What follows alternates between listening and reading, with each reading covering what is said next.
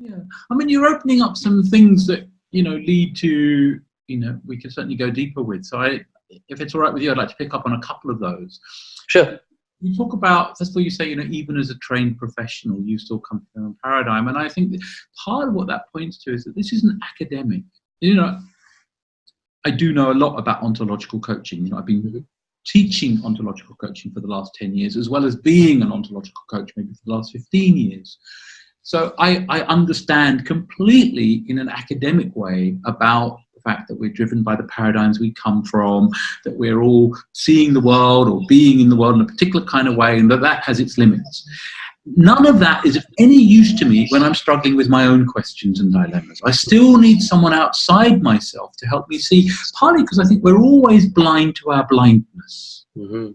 There are always things that are what Donald Rumsfeld called the unknown unknowns, things that I don't know until you sitting in front of me say, do you notice that when you speak about this, you do X? Or do you notice these presuppositions that you didn't want to go?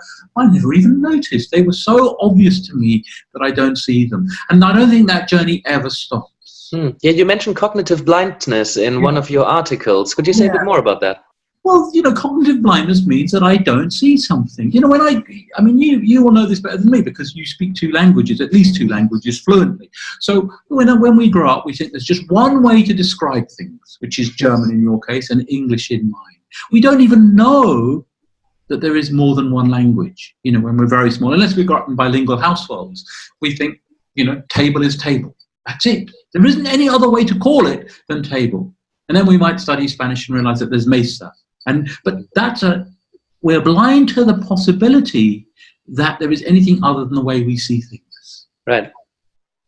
And when I hear someone say, well, you have to work hard in this life, they don't say it like, well, I grew up learning that you have to work hard, and it's a particular narrative that I see, and there might be others that see it differently. They just go, that's the way it is. Mm-hmm.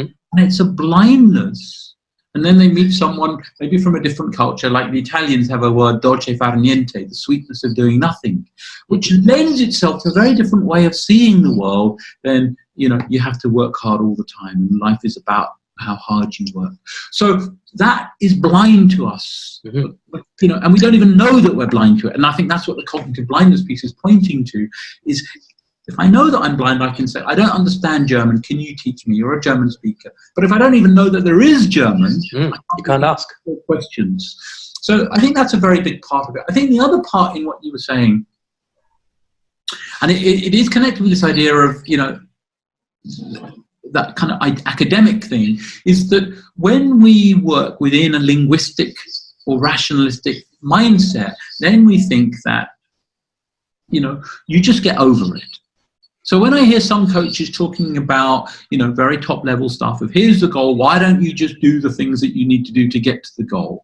And if you can't do them or you don't do them, that isn't really explored. You either do it or you don't do it. I'm not really interested in why you don't do it. But for me, the most interesting bit is what kind of being are you such that you're unable to do that?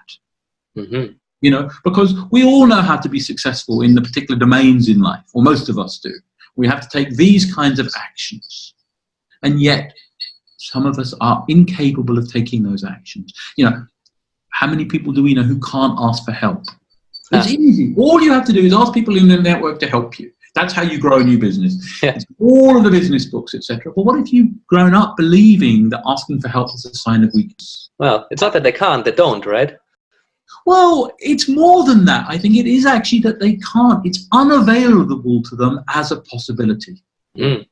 Well, yeah, and here we're talking about semantics because, I get that people would call it can't, but I mean, you're physically able to speak and you're physically able to pick up the phone, and you know that you could, if you really wanted to, or if you felt able to, you could pick up the phone, call that person and ask for help. So it's more than it's not a physical disability. It's a ontological disability. Exactly. You took the words out of my mouth. It's an ontological disability. I never used that word before. It's great. We've already invented something and we're only 10 minutes in.